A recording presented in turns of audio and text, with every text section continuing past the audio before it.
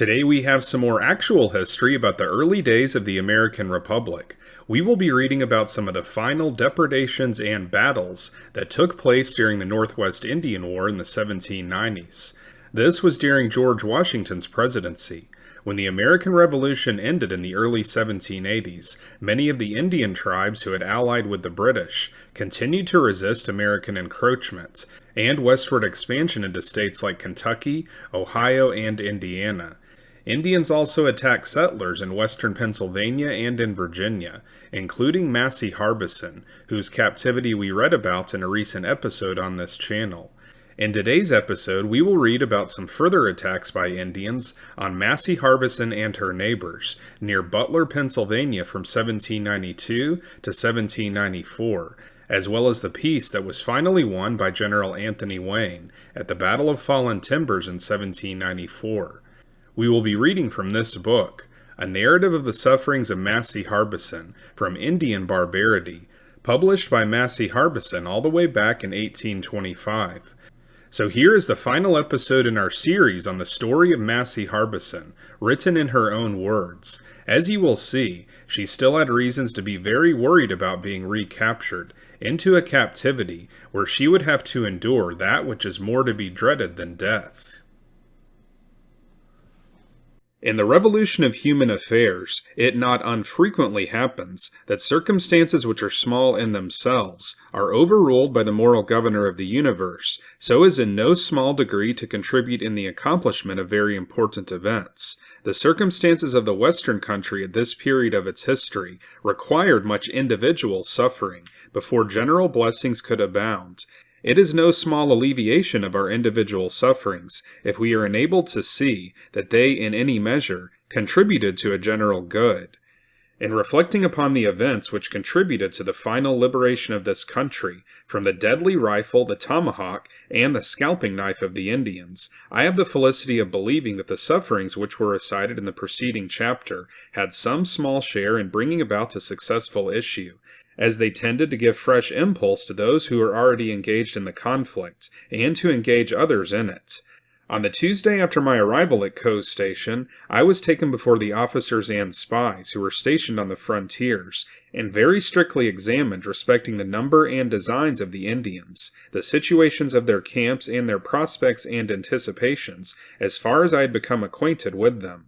Upon the information which I was enabled to give them, there was a party of scouts consisting of 130 men and 12 spies, commanded by Major McCauley and Captains Guthrie and Stevenson, immediately raised, and started from Coe's Station in pursuit of the Indians.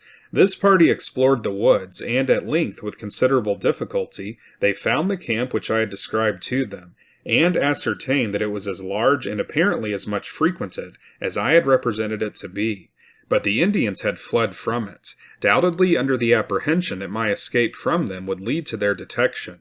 After 10 days' range through the wilderness, and not finding any of the Indians, the party returned again, without being able to accomplish anything. The circumstances which transpired during my absence were awful in the extreme, the account of which was communicated to me upon my return.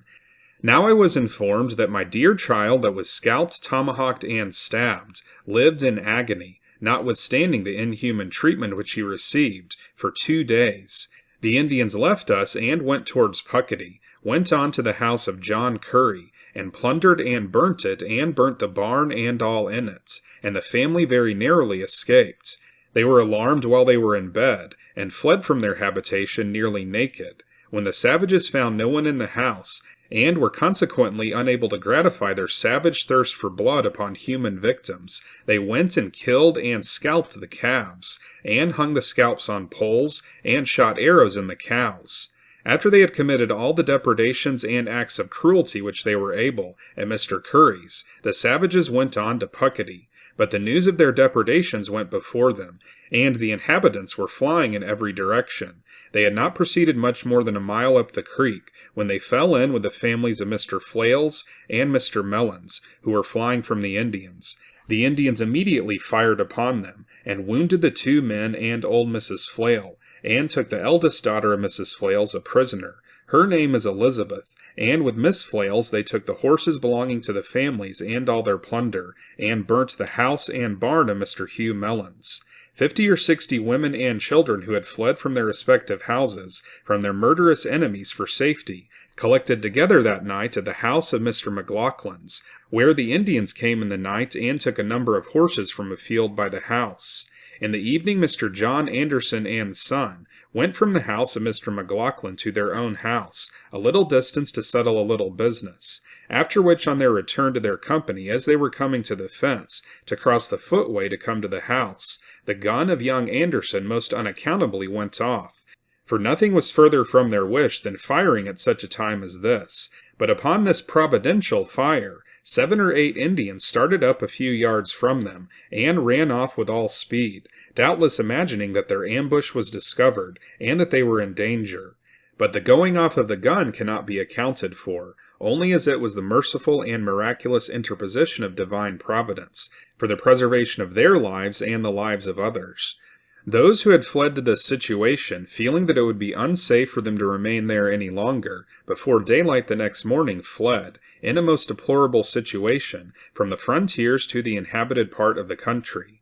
The Indians on this day went on plundering a quantity of horses, and everything they could meet with, but they were not able to kill any white persons. But on the next day, that is Thursday the 24th, they killed Bartholomew Garvey, about 50 rods from Chambers Station. Garvey was on his way to Reed's Station, with 2 horseloads of bacon for the garrison there, when the Indians fired on him and killed him. There was now a considerable scout out after the Indians, for their depredations or murders had roused the country, and induced it to put all its energies into operation. Hence on this day they were so closely pursued that they had to kill a stud horse which they had plundered. They ran a sword into the body of the horse, and left him in that situation, but before the poor animal was dead, the scouts came up to them. During the remainder of the week they were so closely pursued by the whites that they were unable to do any more mischief in this neighborhood. In the week following they took from a cornfield of Samuel Holmes on Crooked Creek his son and daughter, and bore them away prisoners. This was the last depredation the Indians were able to make this summer on the Allegheny.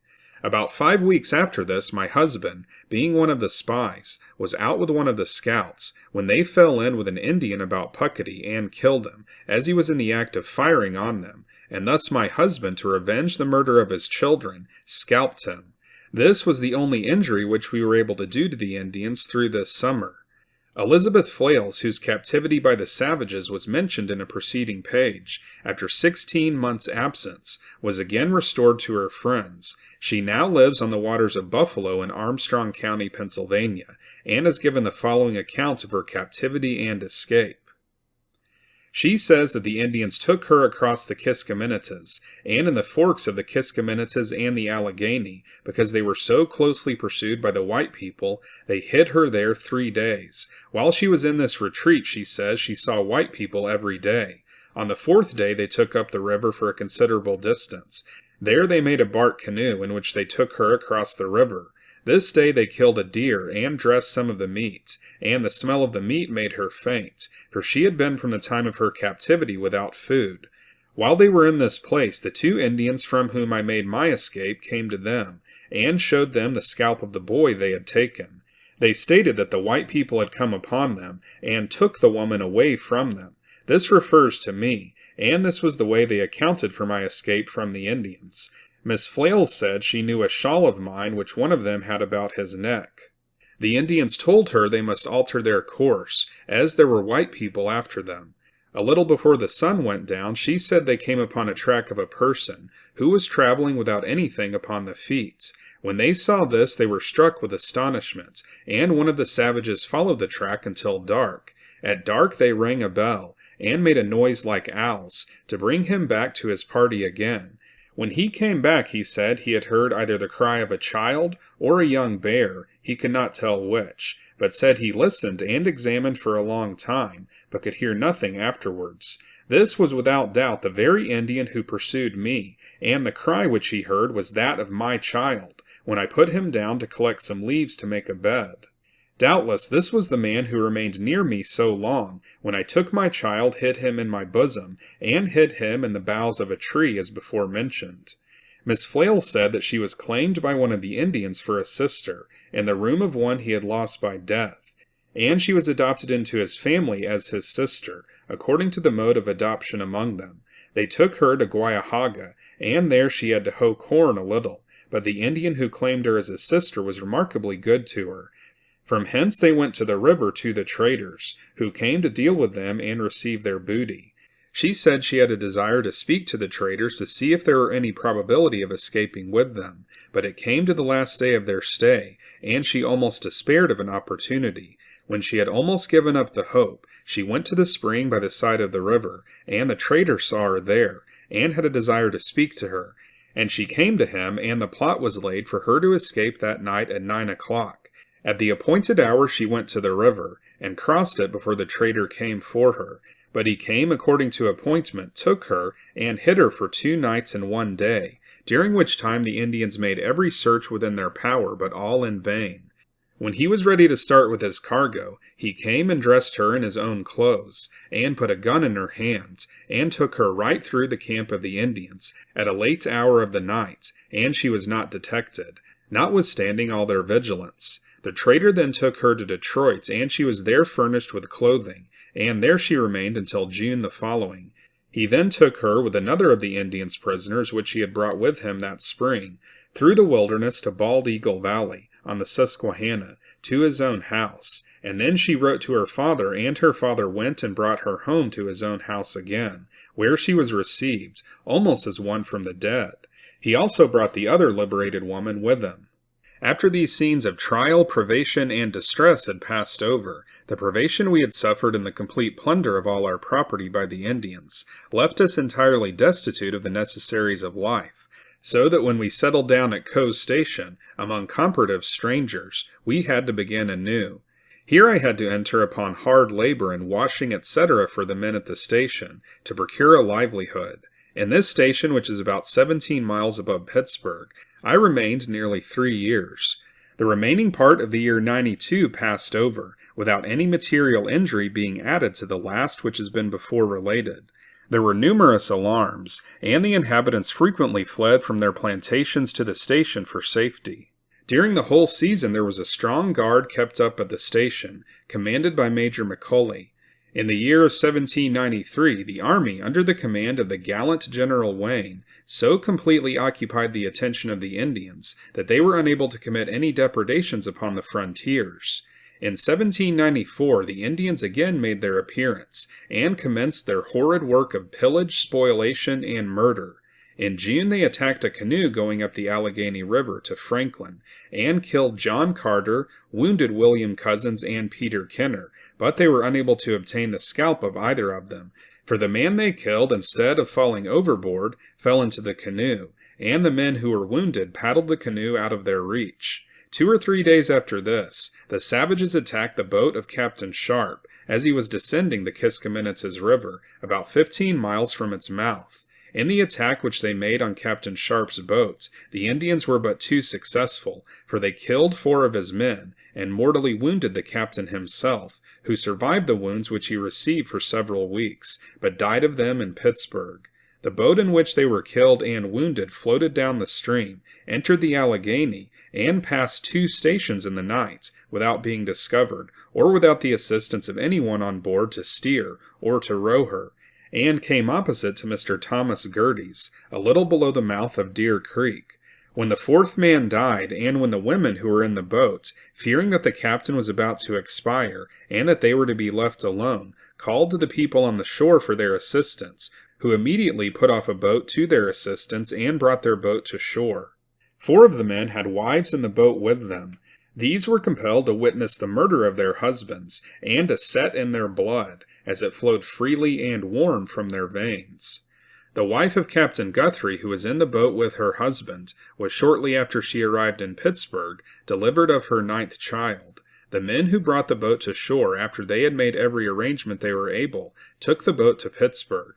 When the boat was first attacked by the Indians, one of the men belonging to it was on the shore taking care of the horses, which they were bringing to town. He witnessed the attack which the Indians made upon his comrades, but found it impossible to render them any assistance, or to get into the boat. He therefore left all the horses behind him and ran off as fast as he was able, and 2 Indians after him, who pursued him so closely that he could distinctly hear them following him. They kept up the pursuit until 11 o'clock at night, when, finding themselves unable to get up to him, they gave over their chase. He, however, kept on his route and arrived in Pittsburgh before the boats. In those days of danger and trouble, notwithstanding all my former suffering from Indian barbarity, my husband on the 15th day of December this year, 1794, moved me out on the waters of Bull Creek, about 2 miles below where I now reside, to settle a tract of land. In the creek bottom a log house was raised for me to live in, but it had neither floor nor loft, nor was it either chunked or daubed. Here during a severe winter I lived, or rather dragged out a miserable existence with 3 small children to care for. My husband was at this time a spy, and only came home from his employment once in 7 or 8 days. In this dreary and desolate situation, I was 7 miles from the abode of any white person, and more frequently saw wolves than any of the human species. In the spring of 1795, I became so much alarmed and afraid of an attack from the Indians, remembering well what I had endured from their savage and cruelty already, that my husband was under the necessity of removing me from this dangerous situation to the mouth of Buffalo Creek, at what was called Craig's Station.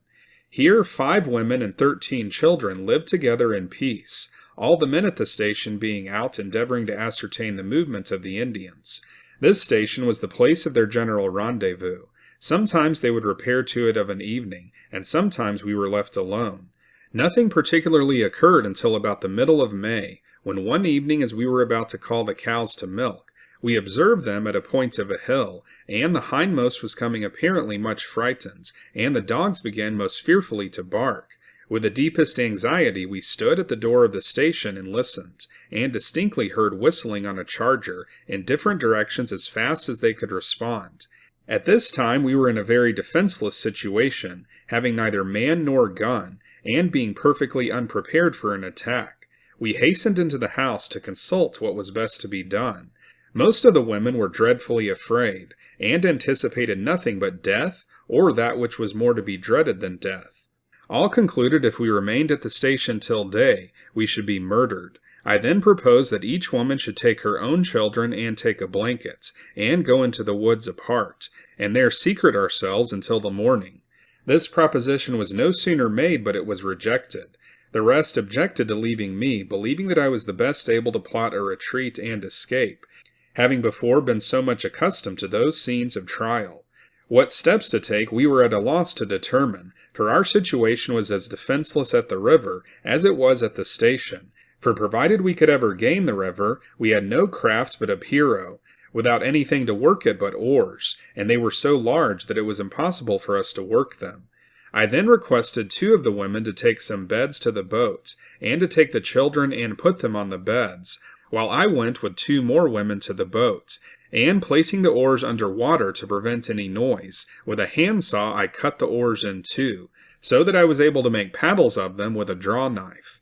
This being accomplished, we all got into the pirogue, but no one was able to do anything towards managing it but Mrs. Mahaffrey and myself, and we were entire strangers to the river. Consequently, when we came to the point of the island a mile below Buffalo, we ran aground and landed on the island. Here we concluded we would spread our beds on the ground and lie down until the morning.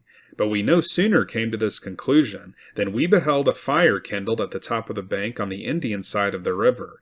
We could distinctly see men walking around the fire, and hence concluded that it would not be safe to remain where we were until morning, lest we should be seen, pursued, and murdered.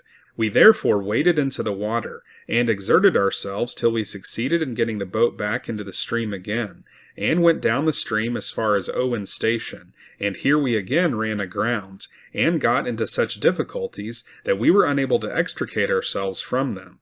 At the same time the sky lowered for rain, and it began to thunder and lightning very dreadfully. Here we were compelled to remain until the morning. We took the beds out of the boat, and all the company laid down but myself and an infant at my breast. I took my station with my infant in my arms, at the point of the hill, watching until morning. When the morning came, I went and awoke those who had laid down. One of the women went and called to some white men, who had collected on the island to raise corn, and succeeded in making them acquainted with our distressed situation, 8 or 10 of whom came and released us from our dangers and fears.